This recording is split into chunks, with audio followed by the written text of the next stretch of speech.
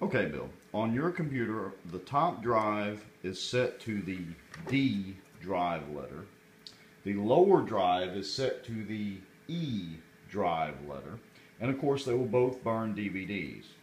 Whenever you insert an empty or blank DVD or CD, then your computer is automatically going to launch the CDBurnerXP Pro program. The CDBurnerXP program is pretty straightforward. Everything on the left side in this upper left pane is your local computer. That would also include if you had your USB drives plugged in or whatever. Everything in the lower area is going to represent a CD or DVD. And if you notice down here at the bottom, it tells us how much free disk space on the optical disc, CD or DVD, we have remaining. So since it's a DVD, that's approximately 4.4 gigs of available data, which is 4,474 some odd megabytes of remaining data. So all we have to do is find the pictures in the upper area. Again, this represents your computer. And I'm just going to take all of these in our sample here. So I'm going to shift click all of those, and let's just drag and drop them down here. And as we do that, notice we begin to take up space on the DVD drive, now on the blank DVD. Now of course these pictures don't add up to much, so we're not taking up too much space yet. But let's go into your Bill Jones folder. Let's go into My Pictures, and let's see if we can grab some larger things here. So I'll tell you what we'll do. Let's look for some larger pictures. There we go. So here's a Photoshop file. Here's some relatively high resolution JPEGs. So I'm going to grab those, and I'm going to drag these down here also. And notice now you can see the green area beginning to take up space. Now what if you go, let me start over, I really don't want these on the CD or DVD. Well, that's fine.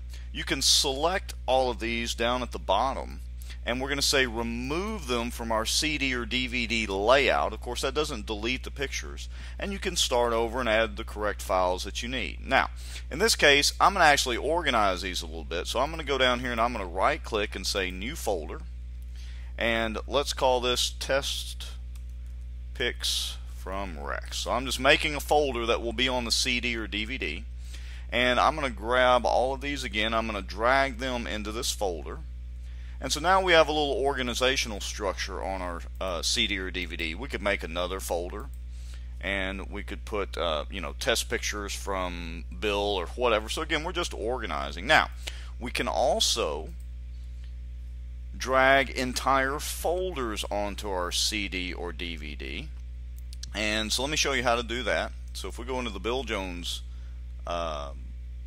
user folder, just as an example here, I'm going to go into My Pictures. Let's see if you got a folder in there. Yeah, so I'm going to take this On One Samples folder as an example, and I'm going to click and just drag it down here to our disk, and that would move that whole folder and any pictures in it onto our disk.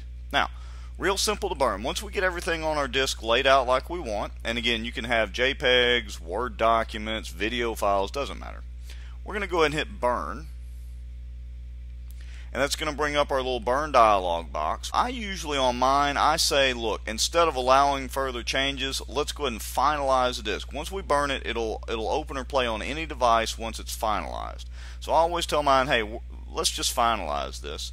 And we hit burn disk, and it'll take it a couple of minutes, and it's going to go ahead and burn the disk for you. Now, depending on how many files, and total file size that you burn in a session, that will determine how long it takes. In this case, we didn't really burn but just, I think, 100, 150, maybe 200 megs of data.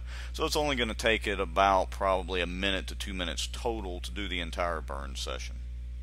Now, once the burn session is completed, you'll get a notice here, and you just click OK, and we can close that out. And if you're completely through, you could create another one here if you needed to or whatever. But if you're completely through, we're going to close out a CDBurnerXP. We're not worried about saving these changes. Unless we knew we were going to burn these exact same pictures multiple times in the future, we might save this project. But in this case, we're not worried about that. So I'm going to say no. And we're ready to remove the disk from the drive, and it should automatically kick out the tray for you. You can remove the CD or DVD, and then of course either label it, Sharpie marker it, whatever you want to do. And that's how you burn files or pictures or any type of files using CDBurnerXP Pro.